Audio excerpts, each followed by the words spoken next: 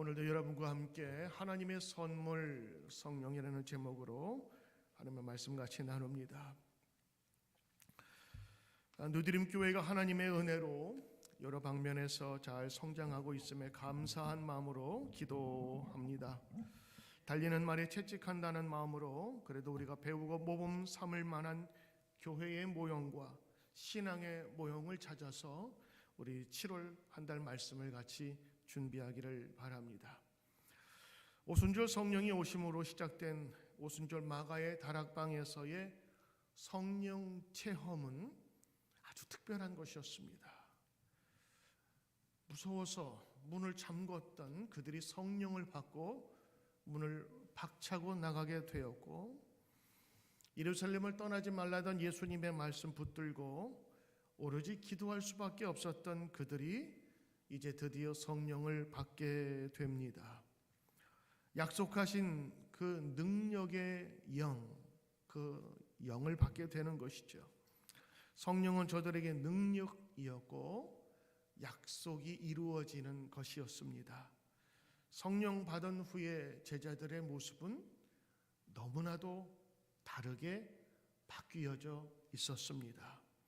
얼마나 많이 바뀌었던지 누가의 기록에 의하면 세상이 감당하지 못했다라고 얘기를 합니다. 그들을 잡아가두고 옥에 집어넣고 때로는 사도행전 7장에 나온 것처럼 사울을 중심으로 수색조와 범인을 찾아다니면서 집집마다 다니며 옥에 가두던 세상이 그들을 감당하지 못했던 것입니다. 오늘 여러분이 읽으신 사도행전 8장 14절 말씀도 그렇습니다. 지금까지 얼마나 많은 핍박이 또 환난이 있었는지를 성경은 보여주고 있습니다. 7장의 내용은 스데반 집사라고 했지만 그 당시에는 거의 목회자와 같은 역할을 감당했던 분인데, 그 스데반 집사님이 사람들에 의해서, 특별히 적대자들에 의해서 돌에 맞아 죽습니다. 처참한 역사의 기록입니다. 그 주동자인 사울은 스데반의 죽음을 당연하게 여겼고, 그날로 예루살렘에 있는 모든 사람들에게 핍박이 동시에 일어나게 되었고, 스데반을 장사하고 크게 슬퍼합니다. 그리고 피난 가지 못한 교인들을 잡아다가 옥에 가둡니다. 여러분, 우리가 아무리 어렵다 하지만 초대교회만큼 어려울까? 초대교회의 역사는 이런 핍박과 혼란 중에 일어난 기적이요 역사인 것입니다. 오늘 이런 어려운 중에 예수 믿는 자들로 하여금 또한 이상한 일도 함께 일어납니다. 그것은 교인들이 핍박으로 흩어졌지 않습니까? 근데 그 흩어진 곳에서조차 예수님을 증거하는 일들이 생겼어요. 담대함이 생긴 것이죠. 이것이 그들에게는 능력이었고 힘이었습니다. 그 에너지를 감당할 수가 없었어요. 교인들이 흩어진 그곳에서 예수님을 증거하는 일이 나타나게 되었습니다. 8장 4절, 여러분, 흩어진 사람들이 두루 다니며 말씀을 전할세. 흩어진 사람들, 이건 자의적이 아니었습니다. 타의적인 압력에 의해서 흩어졌던 사람들조차도 오늘 복음의 말씀을 전했다라는 것이 성경의 표현입니다. 그 이상한 사건은 무엇이냐? 그리스도 예수를 전할 때마다 기적이 나타났고 표적이 나타났습니다. 많은 사람에게 붙었던 귀신들, 성경은 더러운 귀신이라고 얘기했는데 귀신들이 떠나갔습니다. 악령들이 떠나갔습니다. 잘못된 영들이 떠나갔습니다. 그리고 안전뱅이 또 중풍병자가 낫게 됩니다. 그리고 그 성에 큰 기쁨들이 전해지게 되었죠. 특히 오늘은 빌립이라는 그 사도가 하나님의 나라와 예수 그리스도의 이름을 관하여 전도하고 또 그 복음을 받아들인 사람이 세례를 받는 이야기가 나옵니다. 당시에 마술사라고 하는 시몬이라는 사람도 세례를 받는다라고 돼 있는데 이름까지 나온 거 보니까 그 당시에 말하는 흔히 용한 점쟁이 혹은 무당이라고 표현할 수 있는 거예요. 지금 실명까지 들 정도로 사람들에게 많이 알려진 영험한 그런 무당까지도 세례를 받게 되었습니다. 실로 이상한 일이었습니다. 근데 또 하나 여러분이 눈여겨보셔야 될 성경 말씀이 있는데 바로 그것은 누가가 이 빌립이 전도한 그 장소를 정확하게 얘기하고 있다고 하는 것입니다. 바로 그것이 사마리아 성에 나타나기 시작했습니다. 누가복음 8장 14절 보니까 예루살렘에 있는 사도들이 사마리아에도 하나님의 말씀을 받았다 함을 듣고 베드로와 요한을 파송합니다. 사도들이 베드로와 요한을 특별히 파송하는 이유는 사마리아에 하나님의 역사가 나타났기 때문입니다. 다른 곳에서 나타난 하나님의 역사가 사마리아 땅에서도 나타났다. 이건 그들에게는 큰 충격이었습니다. 빌립이 사마리아에 간 것도 기적적인 일이었고 납득이 되지 않는 일이었고 특별히 예루살렘 교회의 대표적인 베드로와 요한 사도를 사마리아에 보냈다라고 하는 것은 무언가 의미가 있는 일이기 때문에 보낸 것입니다. 여러분 국가대표 선수급을 보낸 겁니다.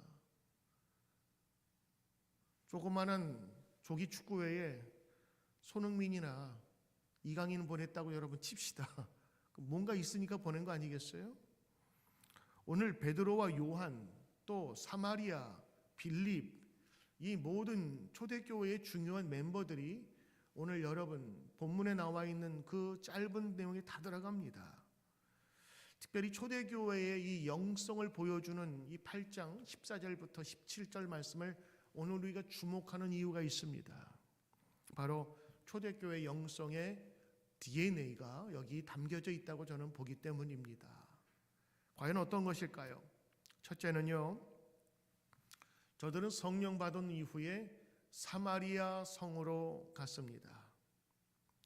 사마리아 성으로 갔습니다. 사마리아 성으로 갔습니다. 이제 아멘이 나오시는가 모르겠는데 우리는 사마리아 성 그러면 뭐 아무런 느낌이 없어요. 그냥 마리아가 4명인가? 사마리아 뭐 이렇게 그냥 마리아밖에 모르니까 우리는. 근데 여러분 조금 성경을 읽으신 분들은 이 마리아 사마리아를 어떻게 받아들이냐? 어디 들어봤어요? 사마리아 성에서 만난 여인, 그렇죠? 또 하나는 어디죠? 예수님께서 승천하실 때 오직 성령이 오면 너희가 에너지, 권능, 오토리티를 받고 예루살렘과 온 유대와 사마리아와 땅끝까지 이르러 내 증인이 되리라라고 얘기하신 거예요. 사마리아가 어떤 땅이길래 예수님께서 이렇게 특별하게 지목하셨을까? 제가 사도행전 1장 8장 8절 여러 그 주석들을 다 살펴봤는데 오늘 제가 원하는 그 내용이 없어서 좀 실망했어요. 그런데 오늘 제가 이 사마리아 성으로 갔다라는 것에 팍 꽂히게 된 것이 예수님의 그 마지막 유언과도 같은 말씀과 연결되는 거예요. 왜 사마리아라고 했을까라는 것입니다. 사마리아 땅은 유대인들이면 가지 않는 장소입니다. 그리고 사마리아 사람은 유대인들은 만나기를 거부하는 사람들이었습니다. 아무리 그 길이 짧은 단기간의 길이라 할지라도 그 길을 가지 않고 돌아서 가는 것이 그 당시 유대인들의 관습이었습니다. 사마리아 사람과 유대인들은 역사적으로 대단한 갈등이 있었던 곳이지요. 오죽했으면 예수님의 승천하시면서 했던 말씀 중에 예루살렘, 온 유다에 그리고 땅끝 그러면 그게 다 표현된 거예요. 근데 왜 특히 콕 집어서 사마리아와 땅끝이라고 했을까? 그것은 분명한 이유가 있을 겁니다. 예를 들면 이런 거죠. 오늘은 뉴욕, 내일은 미국, 모레는 세계. 그러면 다 된 거잖아요. 근데 여러분, 만약 얘기를 할 때 뉴욕과 미국과 할렘과 전 세계, 이미 온 유대라고 하는 그 속에 사마리아가 들어있어요. 굳이 사마리아라고 얘기를 안 해도 사마리아는 유대 안에 포함되어 있는데, 예루살렘과 유대와 사마리아와 땅끝이라고 표현된 것은 무언가 예수님도 껄끄러운 게 있는 거죠. 어디에? 사마리아에. 사마리아 땅은 유대인들에게는 기피의 땅이었습니다. 경멸과 거부의 대상이었습니다. 사마리아 땅 지역만이 아니라 그 땅에 사는 사람들조차도 상관하지 않으려고 했습니다. 그 이유가 그래요. 사마리아 사람들은 유대교 신약 성경에 포함되지 않는 사마리아 성경을 가지고 있었어요. 그래서 정통적인 유대인들이나 크리스찬들은요, 그들을 이단으로 여겼습니다. 역사적인 갈등이 있었어요. 서로 다투고 종교적인 대립이 있었습니다. 사마리아 사람들이 분노해서 돼지 피를 예루살렘 성전에 뿌렸고, 그 역사를 그대로 유대인들이 갖고 있었기 때문에 상종하지 못할 그런 사람으로 여겼습니다. 더군다나 인종적인 격차도 또 있어요. 그 좁은 땅덩어리에, 거기에 고대 사마리아는요, 외국인과의 혼혈이 많았습니다. 왜냐하면 바벨론과 아수르가 지배하는 동안에 먼 데 있는 자기 종족들을 끌어다가 거기에 피를, 그러니까 종족들을 섞어버렸어요. 그래서 정통적인 신앙을 존중하고 따랐던 유대인들에게는 그들이 혼혈이었기 때문에, 그래서 순수하지 않다고 생각했기 때문에 인종, 역사, 문화, 종교, 이런 첨예한 갈등들이 있었던 것입니다. 예수님도 전도할 때에 그 땅에 들어갔을 때에 그 사마리아 여자가 깜짝 놀라면서 얘기하잖아요. 어찌 유대인인 당신이 나에게 물을 달라 하십니까? 왜? 만지면 안 되고 만나서도 안 되는 사람들이었기 때문입니다. 지금 말하는 불가촉 천민과 같이, 아니 천민이라고 하는 것은 만날 수도 있지만 이건 종교적으로 금했던 아주 터부시되고 경멸의 대상인 것이 바로 사마리아와 사마리아 사람입니다. 그런데 말입니다, 오늘 성령을 받은 빌립이 감히 그 사마리아 땅에 들어갔다라고 하는 것이에요. 여러분, 오늘 이 말씀을 보면서 제가 여러분에게 첫째라고 했던 것은 바로 성령의 능력을 받으면 우리가 터부시하고 혹은 우리가 거부하였던 지역과 사람이라 할지라도 성령께서 들어가게 하시는 거예요. 여기 굉장한 중요한 의미가 있습니다. 유대인들에게는 사마리아 사람은 만나면 안 되는 사람, 사마리아 땅은 들어가면 안 되는 곳이었어요. 거기엔 구원의 손길이 펼쳐져서도 안 돼. 거기는 그냥 지옥에 가야 되는 인간들이 버글버글 되는 곳이라고 생각했습니다. 그런데 빌립이 거기 들어갔단 말이죠. 예전에는 아무도 들어가지 못했던 예수님 중 제자들과 들어갈 때에도 예수님 혼자 거기서 예수님을 만날, 여인을 만날 정도로 지극히 외롭고 그리고 험한 곳이었습니다만 그곳에 성령의 능력을 받은 자가 들어갔다라고 하는 것입니다. 한번 여러분, 오늘 이 말씀을 통하여 초대교회 영성을 제가 보자고 했는데, 오늘 그 본받고 우리가 배워야 될 영성이 하나 있다면 누구도 들어가지 못했던, 아니 나의 과거에 한 번도 들어가 보지 못했던 곳이라 할지라도 성령이 임하시고 권능이 주어지면 그 땅도 내가 들어갈 수 있는 힘이 생긴다고 하는 거예요. 오늘 여러분에게 한번 물어볼까요? 여러분의 사마리아는 어디입니까? 여러분이 기피하는 사마리아인은 누구입니까? 누구에게나 사마리아인과 사마리아 땅이 있어요. 가고 싶지 않고 저주하고 싶고, 그리고 그 땅은 좀 특별한 땅이라 많은 사람이 지옥에 가도 난 상관 안 해 하는 그런 사람들과 그런 땅과 지역이 있단 말이죠. 뭐 구체적인 예를 들면 노스코리아가 될까요? 한 번도 가본 일도 없고 가서도 안 되는 곳이지요. 그리고 요즘에는 미사일도 가끔 쏘면서 남한 사람과 세상 사람들의 긴장감을 조금씩 주기도 합니다.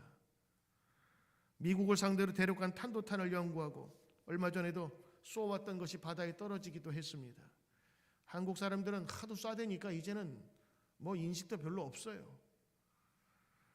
눈여겨보아야 될 것은 이 북한에 대한 이 저주와 또한 원망과 또 적의가 우리 모든 가운데 살아있다고 하는 것인데, 사실 우리가 정말로 하나님께서 쳐부시고 깨부셔야 될 우리가 기도의 제목이 있다면 여러분 북한 사람일까요? 더 정확하게 말하면 북한의 공산정권 아니겠어요? 아니, 공산당이라고도 할 수 없는 그런 3대를 내려오는 그 김정은 체제가 아니겠냐 그런 거예요. 그 체제만 무너지면 아마 다른 체제가 들어가면 아마 다른 세상에 될 수 있었을 텐데, 우리 마음 가운데는 보이지 않게 그 땅이 사마리아인 것처럼 여겨질 때가 있어요. 그럼에도 불구하고 그 땅에 복음을 들고 가는 사람들이 있습니다. 빌립과 같은 마음으로 그들을 불쌍히 여기며 안타깝게 여기며 탈북자들에 대한 온정을 베풀고, 여러분 제가 예를 든 거예요. 오늘 모든 사람이나 민족과 다 나라에는요 이런 사마리아가 존재하는 겁니다. 심지어는 우리 교인들 가정에도 사마리아인들이 있습니다. 어떤 교인들은 부모님을 안 뵈요. 어떤 교인들은 형제들과 완전히 틀어져서 발 딛기를 거부해요. 그것이 재산상의 문제든 유언의 문제든 유산의 문제든 아니면 어떤 문제든 간에 여러분이 갖고 있는 그 사마리아가 있으지 않겠습니까? 근데 오늘 성령 받으니까 그 담이 무너지기 시작했어요. 그리고 저주받았고, 그리고 죽어야 될 마땅한 지옥의 불구덩이에서 정말 그 속에서 넉넉하게 살아도 될 만큼 생각했던 그 사마리아 사람들이 성령에 의해서 세례받고 능력이 베풀어졌다.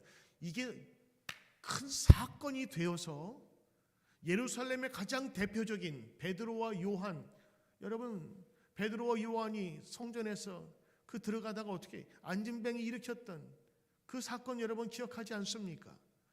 베드로와 요한은요 국가대표급입니다. 근데 그 사람들을 보냈다? 그것도 사마리아에? 이거는 해외 토픽감입니다. 오늘 여러분 이 말씀을 우리가 읽으면서 성령 받으면 그냥 몸만 뜨거워지는 게 아니에요. 성령 받으면 그냥 이쪽저쪽 그냥 다니면서 분주한 것이 성령이 아니에요. 성령 받으면 이상할 말만 하는 게 아니에요. 성령 받으니까 어떻게 돼요? 그곳에 변화의 역사가 나타나고 하나님의 말씀이 증거되고, 그 당시에 아주 영험하다고 했던 무당 출신 시몬이라는 마술사도 세례받고 예수 믿게 되는 놀라운 일들이 벌어지게 됐어요. 오늘 사랑하는 성도 여러분, 오늘 여러분의 분명한 사마리아가 있습니다. 그 땅을 위해서 기도하시고 그 사람들을 위해서 기도하세요. 하나님께서 그 담을 허물어 주시고, 그리고 오늘 이 말씀처럼 베드로와 요한이 그 땅에 가서 그들이 새 성령 받기를 위해서 기도했던 것처럼 여러분도 새 힘을 얻게 해달라고, 여러분이 그 마음속으로 저주하고 미워하는 사람이랄지라도 하나님 그들을 불쌍히 여기게 달라는 그 마음을 달라고 여러분 오늘도 기도하는 여러분 되시기를 주의 이름으로 축복합니다. 여러분이 갖고 있는 사마리아의 경계를 풀어 놓으십시오. 그래서 예수님도 사마리아를 콕 집어서 말씀하신 것입니다. 둘째, 성령 받은 교회, 초대교회에서 배울 영성이 있습니다.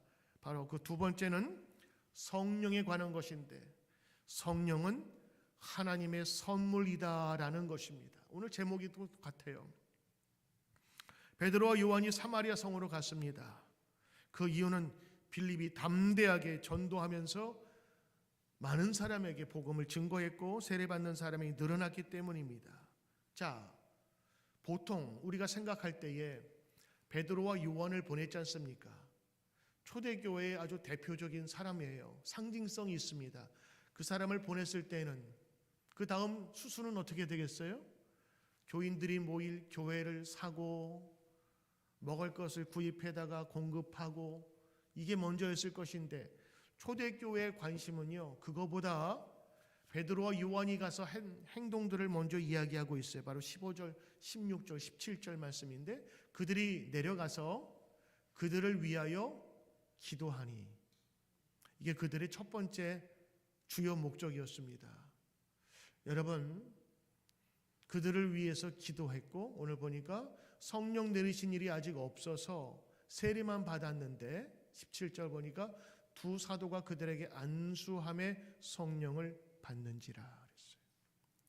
여러분, 성가대 모임도 속회의 모임도 함께 모여서 먹고 함께 나누는 것도 중요한 것이지만 여러분들이 함께 모여서 기도하는 것이 더 중요한 겁니다. 여러분들이 속회로 모이든 어떤 모임으로 모이든 기도하는 것이 정말 중요한 거예요. 우리 어제도 우리 금요일부터 토요일까지 멕시코에 가는 젊은이들이 또 중고등부 학생들이 모여서 같이 음식도 나누고 또 그 멕시코 위를 위해서 준비하면서 여러 가지 퍼포먼스도 준비했어요. 근데 그들에게 빠지지 않는 게 있다면 여러분, 기도입니다. 함께 모여서 찬양하고 기도하고 하나님의 은총과 구원을 얻고 새로운 능력 얻게 해달라고 기도하고 서로의 모든 불화 사탄이 역사하는 것을 막아달라고 기도하면서 저들이 한 마음으로 나가는 겁니다.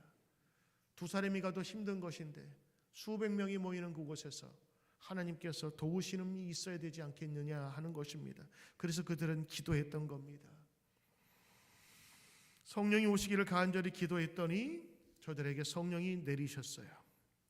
그런데 그 중에 아까 말씀드린 시몬이라고 하는 정말 영험한 무당이 있었거든요. 그 무당이 빌립이 기도하고 베드로가 기도하니까 이상한 일이 벌어지고 또 기적적인 일이 나타나고 병자가 낫는 거예요. 야, 이거 뭐냐 싶어가지고 돈을 들고 가가지고, 세례받은 교인인데 돈을 들고 가가지고 내가 돈을 드릴 테니 베드로 사도요, 나에게 그 능력을 주십시오. 그때 베드로가 뭐라고 얘기하냐면 성령은 하나님의 선물이다. 사고 파는 것이 아니다. 이건 전적인 하나님의 전적인 주고 싶은 마음에서 전해주는 것이다. 하나님이 주셔야 되는 것이다. 이건 하나님의 약속이다. 하나님으로부터 오는 것이다. 그래서 그 시몬을 꾸짖습니다. 여러분, 베드로가 얘기했던 것처럼 성령은 하나님의 선물이에요. 하나님의 전적인 움직이는 마음에서 주신 것이라는 것이지요. 여러분, 이 선물, 하나님께서 꼭 주시고자 하는 선물, 선의의 마음으로 주시는 이 성령을 우리는 꼭 받아야 합니다. 예수 믿으면 교회 다니는 거, 교회 다니는 것으로 끝나면 되질 않아요. 그건 교회 다니는 거예요. 진짜 성도는 성령을 받아야 됩니다. 그래서 오늘 보니까 뭐라고 나와 있어요? 세례를 받았는데 성령을 못 받았대요. 성령, 거룩한 영의 체험이 없는 거예요. 내 몸은 교회에 나와 있고 예배는 드리는데 내 영은 예수님을 만나지 못했어요. 성령을 만나지 못했어요. 오늘 여러분이 오늘 성경을 보면서 성령 만나길, 성령 임하시기를 여러분 분명히 바라고 기도하시기를 축복합니다. 교회에 출석하는 사람이 많아지고 세례를 받아 그리고 교인이 늘어나는 것도 하나님이 하시는 일일 겁니다. 그러나 초대교회의 능력은 바로 성령을 체험하는 데 있는 것입니다. 성령을 받는 것, 성령을 경험하는 것, 이게 진짜 부흥이라고 하는 것입니다. 교회 생활을 오래 하면 교회에서 생활하는 법을 잘 배웁니다. 언제 이런 말을 해야 되고 언제 저런 말을 해야 되는지, 어떻게 처신하는지를 알게 되지요. 교회에서 회의하는 법을 잘 배우게 됩니다. 근데 그것이 성령 충만한 교회의 조건은 아니에요. 성령을 체험해야 봉사도 봉사답게 할 수 있습니다. 자신의 힘이 아니라 성령의 능력으로 해야 되는 것입니다. 오래된 교회가 가지고 있는 정말 장점이 있습니다. 그거는 대를 이어서 믿음 생활을 한다는 것이고 그 교회는 특별한 전통이 있다고 하는 것입니다. 그런데 단점이 있어요. 그 전통이 성령의 역사를 막아버려요. 왜? 늘 해오던 거니까. 늘 해오던 거니까 그대로 하면 되는 거예요. 거기에는 아무런 혁신도 없고 새로운 능력도 없고 젊은이들이 끼일 만한 공간도 없어요. 점점 폐쇄적이 되고 답답해지는 것입니다. 그러나 성령으로 봉사하는 것은 다릅니다.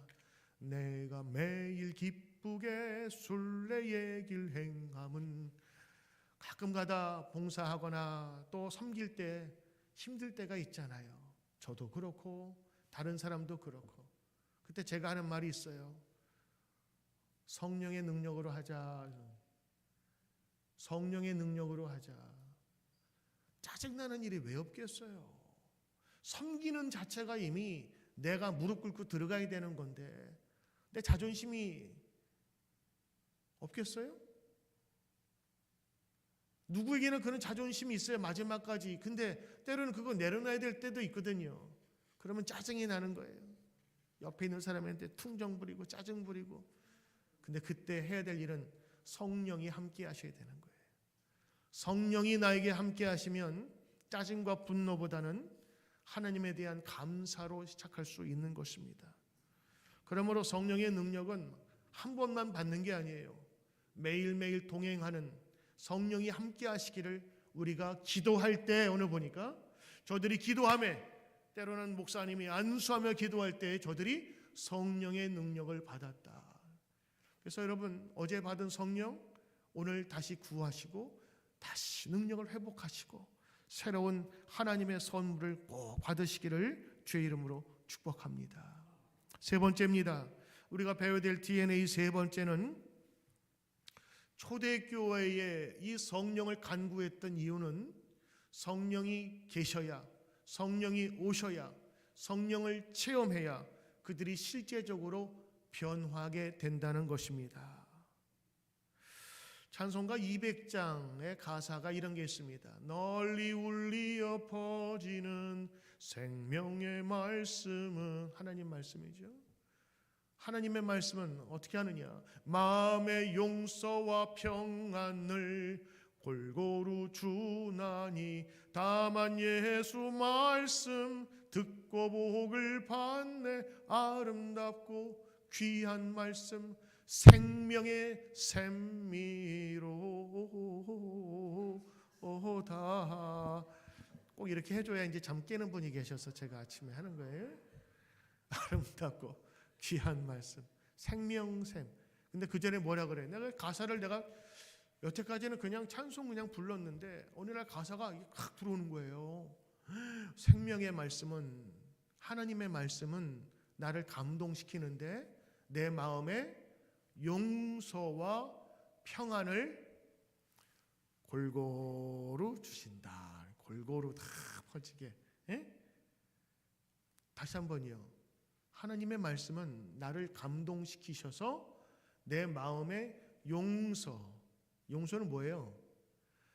하나님, 내가 용서받았으니 주의 은혜가 큽니다라는 내가 용서받았음과 또 내가 은혜 받았으니 저 못된 지옥에 갈 인간들 하나님 용서하는 마음을 주시니 감사합니다. 그 용서가 내 마음에 들어오니까 어떻게 돼요? 그 다음부터는 원수 같은 놈들이 하나씩 다 나가버리고 내 마음에 원수들이 사라지니 마음에 평안이 넘치더라.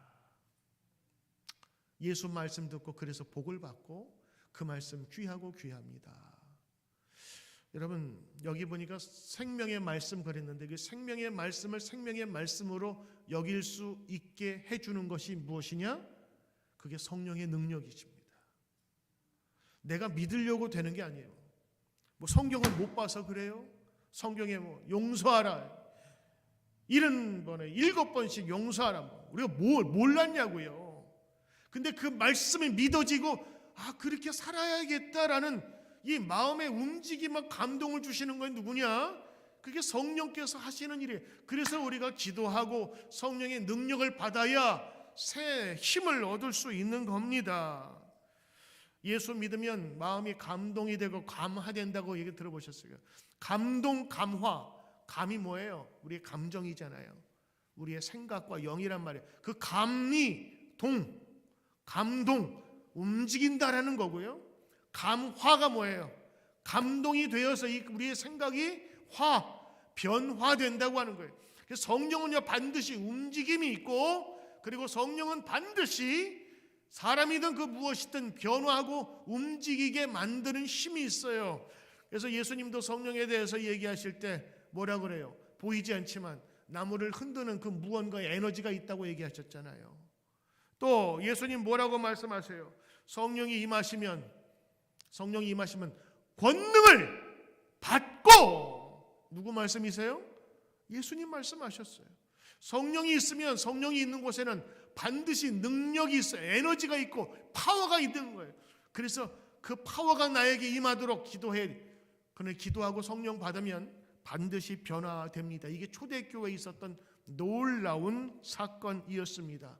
어떻게? 사마리아 땅도 들어갔어요. 사마리아 땅도 들어갔다. 우리 사마리아 사람들도 만나서 변화시켰단 말이지요. 여러분, 우리가 왜 성령을 받아야 되느냐? 바로 그것은 성령, 거룩한 영이 있어야 내 인생의 새로운 능력과 힘이 되고 만족감을 얻을 수 있는 겁니다. 여러분, 예수 믿어도 재미없을 수 있어요. 예수 믿어도 힘이 없을 수 있어요. 내 아버지 어머니가 다녔으니까 나도 다녀야지, 그래서 교회 다닐 수도 있어요. 근데 거기에는 힘이 없어요. 여러분, 예를 들어서 새 차를 구입했다 합시다. 새 차를 사가지고 운전하면 얼마나 좋아요. 근데 노련한 운전사는요, 새 차를 구입하여서 운전할 때 잘 가꾸는 것을 알아요. 적정한 때 엔진 오일을 갈아주고, 미션 오일도 갈아주고, 타이어도 챙겨주고. 만약 타이어가 펑크가 났어, 그럼 운전할 때 어떻게 가죠? 그럼 휠 다 망가지는 거야. 얼마 가지도 못하고. 근데 모르고 그냥 가는 거야. 그러나 보다 모르면서. 좋은 차로 오랫동안 타려면요, 관리를 잘해줘야 되는 거예요. 하물며 우리 인간은 어때요? 먹고 마시고 그냥 건강하면 되는 거 아니라 우리 정신 건강이 좋아야 되는 거, 우리 영의 건강이 좋아야 되는 것이지요. 운전할 때 오일, 타이어, 압력, 소리, 노이즈, 이게 예민하게 반응한 사람들은 차를 오래 굴릴 수 있습니다. 어느 목사님이 여기 미국에서 집회를 하는데 자기를 데려온 친구가 BMW 7 시리즈를 딱 끌고 목사님 타세요 그러면서 자기를 모셨다는 거예요. 근데 타고 싶지가 않더래. 왜? BMW 7 시리즈면 제일 비싼 그런 종류잖아요. 잘 몰라요? 하지만 제일 비싸요. 근데 그 사람 그 뒤에 쓰레기가 가득하더라는 거야. 젊은 애가 좀 청소 좀 하지. 그냥 거기다 책이다 옷이나 이런 거 치우지도 않고 급하게 오는 바람에 또 냄새도 나고, 겉 왁구는 좋은데 속은 아주 더러워서 타질 못하겠다고 하는 거예요. 관리도 안 해가지고 소리도 막 나고. 그 좋은 차라고 할 수 있을까요? 우리는 구원이라고 하는 새 차를 받았어요. 세례를 받고 하나님의 백성이 되었습니다. 이미 우리 프레임은 있는 거예요. 그런데 그 프레임 안에 좋은 구원이라고 하는, 구원의 백성이라고 하는, 하나님의 백성이라고 하는 우리의 큰 이 틀 속에 우리가 있는데, 그 안에 채워야 될 것이 있는 거예요. 성령으로 채우고, 성령이 그래서 채워지면 거기에 있는 게 프레시 되는 거예요. 성령이 다 치워줘. 성령이 깨끗하게 만들어주는 거예요. 근데 그 성령이 없으면 내 힘으로 하는 거예요. 근데 내 힘으로 하려면 안 돼요. 자꾸 누가 버리거든. 귀신이, 약한 영이 버리고 나쁜 것을 심어주고, 그거를 깨끗하게 치워주고 막아주는 것이 성령이신데, 그 성령의 능력을 경험하지 못한 거예요. 그 어떤 사람은 이 좋은 차를 받았는데 기름을 안 넣어요. 기름을 안 넣으면 갈 수가 없잖아요. 기름조차도 안 넣으면서 왜 이렇게 안 나가나 그러면서 성령은 기름까지 넣어주시고 우리를 깨끗게 정화시키고 우리를 이끌어 가시는 거예요. 그래서 성령을 받기 위해서 베드로와 요한이 이 사마리아 땅끝이라고 하는 땅끝, 아니 오히려 어떻게 보면 땅끝보다 더 중요한 곳이고 어려운 곳일 수 있어요. 그 지역에 가서 기도했더니 저들이 성령을 받았더라 하는 것입니다.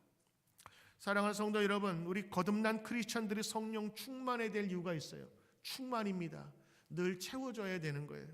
어제 받고 1년 전에 받은 성령 가지고는 안 됩니다. 오늘 다시 구해야 되는 것이에요. 구하면 성령께서 우리의 삶을 변화시킵니다. 더 중요한 이유는 예수 그리스도를 온전히 닮아갈 수 있도록 성령께서 도우시고 밀어주시는 것입니다. 에베소서 4장 13절 말씀 보니까 우리가 다 하나님의 아들을 믿는 것과 아는 일에 하나가 되어 온전한 사람을 이루어 그리스도의 장성한 분량이 충만한 데까지 이르리니 우리의 영혼이 그리스도의 마음으로 충만케 되는 것입니다. 그러므로 여러분, 성령 받지 못하면 모양은 있을 때 능력 없는 자가 됩니다. 아무리 좋은 차, 비싼 차라 할지라도 기름 넣지 않으면 갈 수 없는 것처럼 우리의 크리스찬의 모습도 그런 것입니다. 사랑하는 성도 여러분, 하나님이 선물 중에서 예수 그리스도보다 중요한 선물은 없습니다. 그런데 그 예수님께서 이 땅에 오셔서 우리에게 약속 하나 주셨어요. 내가 다시 아버지께로 가면 성령을 너희에게 보내줄 것이다. 그 성령이 오면 너희가 능력이 생길 거다. 우리가 사도행전 1장 8절을 너무 어렵게 생각합니다. 성령이 오시면 너희가 권능을 받고, 이 권능이 무시무시한 걸 생각합니다. 어마어마한 걸 생각. 아니에요. 힘이에요. 파워예요.